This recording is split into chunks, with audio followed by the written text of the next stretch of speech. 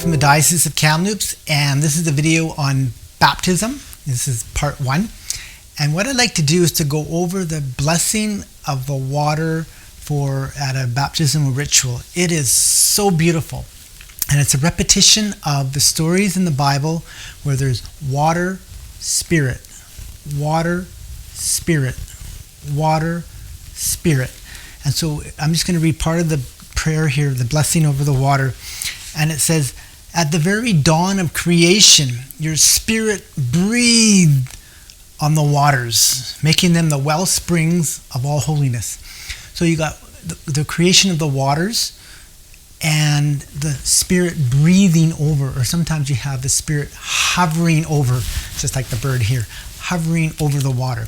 Water, spirit, so it's the beginning of new life. And then the prayer goes on, the waters of the great flood, you made a sign of the waters of baptism that make an end of sin and a new beginning of goodness. So in the time of flood, Noah, he had his ark, and of course lots of water. Well, where's the spirit?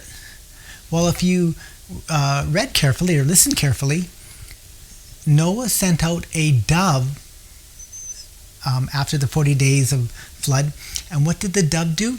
It hovered over the waters. And so you have dove, which representing the spirit, spirit, water. And it's a sign of new life. The bird had found an olive leaf to represent beginning of new life, a new beginning.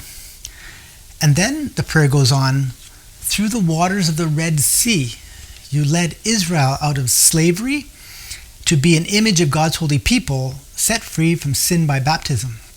And so here we have the Israelites, they're leaving Egypt, they come to a body of water, the Red Sea. What happens? Moses takes a staff, or Aaron, and he opens the water, and they're able to pass through. Well, where's the Spirit? Well, first of all, in Hebrew, the word Spirit is very rich. It has a kind of a threefold meaning. Spirit, breath, wind. They're all the same thing. Spirit, breath, wind. So what's going to happen is that the Israelites, the night before they pass through the waters, there's a great wind that blows the waters apart, so that next morning they're able to pass through. So you got wind, water, spirit, water, and it's the beginning of new life for the Israelites. And if continuing on in the prayer, the waters of the Jordan, your son was baptized by John the Baptist and anointed with the Spirit. Of course, at the baptism of Jesus, there's water. He's in the river Jordan. And of course, the Holy Spirit in the form of a dove comes on him. So you got water, spirit, water, spirit.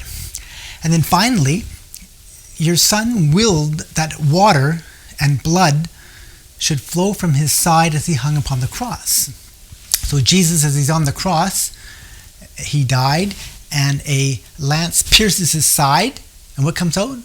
Water, blood and water. You got the water. Well, where's the Spirit? Well, if you listen carefully or read carefully in the Bible, just before he died, he expired. Well, what does the word expired mean?